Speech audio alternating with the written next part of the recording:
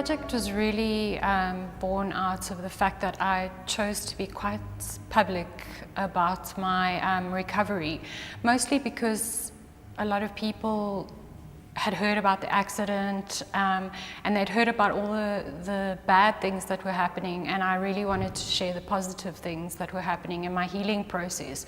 So it became quite a public endeavor, and I found that sharing my story publicly not only helped me heal, but helped other women who were in a similar situation, and I just wanted to sort of pay it forward and offer the opportunity of sharing stories with other women.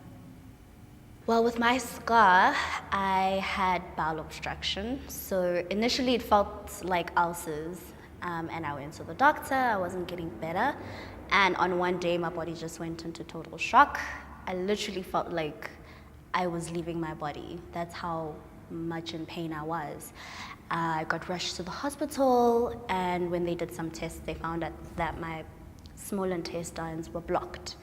So they had to do an emergency surgery, and that's what they did pretty much to unblock them, because nothing was going down anymore. I couldn't ingest anything. I couldn't eat, I couldn't drink. So yeah, it was a life or death situation, literally. But fortunately enough for me, I had the surgery and I made it out alive, thankfully. When I was 13, I was diagnosed with clinical depression and I was hospitalized, and I met a girl there who had also been hospitalized for the same reason, and she had been cutting herself. And I was really young, trying to figure out life, and I had a lot of stuff that was going on in me, and I saw that was kind of an option or a coping mechanism. And from there, I've basically covered my arms and legs in scars. It's not the healthiest coping technique. I thought that I had overcome it, but apparently not. It's not easy, especially when you don't really know how to cope or when depression is too overwhelming. Sure. My story, I was heading home after dinner one night. It was about 10 o'clock. And I was taking a off-ramp, and a gentleman came up the off-ramp the wrong way and hit me head on. I woke up sort of 3 weeks later after being in an induced coma, only to understand what had happened, and then went through the entire process. My internal organs burst on impact. So I had emergency surgery and then really had to start rebuilding. I'd lost a lot of muscle capacity, lost a lot of weight, and had to do the most basic things over again, like learning how to sit and then how to walk. I also had to live with a stoma bag for 5 months while my organs were rehealing, and then had my final reconstructive surgery sort of 9 months later. So it was quite, a sort of traumatic experience, but also centered around my identity, like who I was, and who I was before and who I was afterwards. So it's an ongoing journey, but the healing happened really fast, and I mean, it was just phenomenal, like how I was able to survive.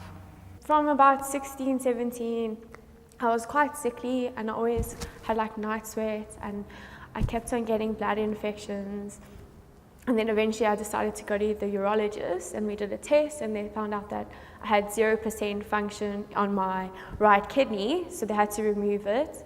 But the thing is, with my operations, was different from normal kidney removal operations. Was I was born with a horseshoe kidney, so my two kidneys were connected together, and then the right side didn't function anymore, and that infection would have spread over to the left side. So it was a big operation because they had to move my arteries around and to make it work, that one little section of kidney work by itself. So everyone, my whole family were quite freaked out.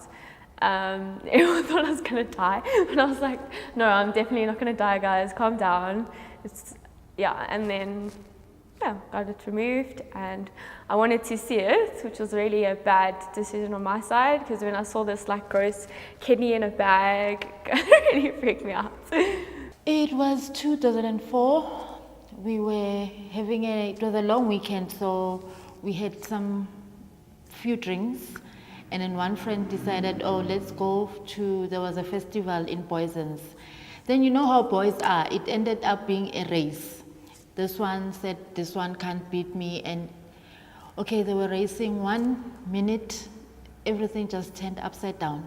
The car flew over the freeway. We were on top, like in Petimbata. There's a road called Petimbata. As soon as you go into Boysens, we fell over to the next side of the road, like from a bridge. We were on top of the bridge, we fell over.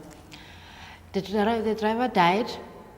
I had a horrible internal organs mixed up, ribs cracked. I don't have a spleen. They had to take out my spleen.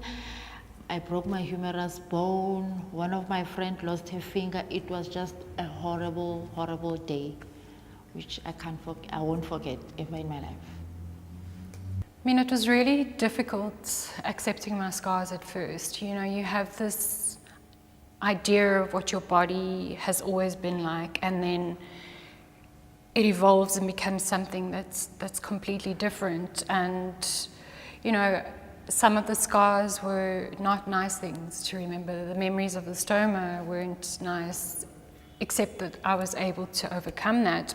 So, but I think as time goes on, you kind of mourn the old you, and you start to accept the new you. And so at first I'd thought about covering all my scars, and then eventually some of them have remained, and some of them I will never cover, because they remind me of what I've overcome, and they're a little bit of a memory that anytime I'm taking something a little bit too much for granted, or I feel overwhelmed, I can just remind myself, you know, of how much the small things matter, and also how capable I am of overcoming things that are even more mammoth than the current situation that I would find myself in. Funnily enough, I've never actually felt bad about them. I actually wore them quite proudly throughout my life. I'm 30 now, so I don't know maths, but that makes it a long time that I've had them. And I don't mind them. I did them to myself, like I say, so I have to own them. But a lot of people ask me what I did or what happened, why. People never really understand. I'm not ashamed of them, because it means that I overcame times that were really, really difficult. I think because everything happened so fast, I didn't really think about it initially. You know, I think after the stitches were taken out and I realized, oh, shucks, this is going to be a permanent part of me now. It hit me, you know, but while I was in hospital and afterwards, I just wanted to be okay. I just wanted to be healthy. I just wanted to be alive. That was the most important thing to me. So after that, after the fact, I then realized, oh wow, I have a scar now and it's going to be there forever. This is not like a scratch. You know, and it's something, it's part of my story now, because it's something you can't ignore it. You know, someone will ask, oh, what happened there? And I'll have to say, oh, I almost died. But I feel like it's a cool story. It's like my party trick. Like, I've got a cool story, bro. I spent 4 months in Garden City, 3 months in ICU, and a month trying to recuperate. I couldn't laugh, I couldn't cough, and really, to be honest, the doctor that did the operation on me said I'm very lucky to be still alive. I must say, at first I was very self-conscious. I couldn't change in front of other girls because of, oh, what happened, you know, like that exaggeration. Oh, will you ever be able to have kids? Oh, you know. So, but in time, one day I woke up and I looked myself in the mirror and I said, you know what? This is a second chance. It's not about the scar and I've got a life. There's somebody out there who's got bad news of maybe they've got cancer, they're going to die in 2 weeks. So I must just prep myself up and I'll wear a full costume. I must just forget about two-piece bikinis because I don't want people to be staring at me the whole day at the beach. So I just said to myself, okay, fine, this is who I am, and I have to carry on with life, which is the gift that I've got. In the beginning, I was upset about it because I was like a teenage girl. You know, like you're in your bikinis and you have fun with your friends. But then I literally got over it very quickly. Like the first time I was in my bikini, I was like on the beach, and I was like, this. Sorry, I'm supposed to swear. But like, I don't know. Like I've embraced it now, and it doesn't bother me at all. Like I'm proud of it. I've started to look at myself as, you know, kind of perfectly imperfect. The idea that my imperfections have made me who I am today, and they've molded me into a far more patient and empathetic person to myself. I always say, you know, I don't have to prove anything to anyone else because I've proven it to the most important person, which is myself.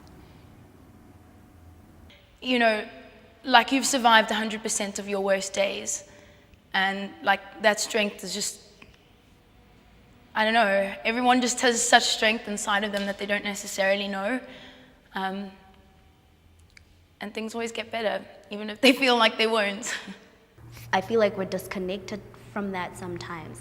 So take the time to really sit with your body and really connect with it and speak kind words to your body, you know, because it is literally the only body you will ever have. And you having this body is not a mistake. So be kind to your body, take your time. Healing is a process. So as long as you want to be confident and accepting of yourself, it will happen, but it takes time. So be patient with yourself.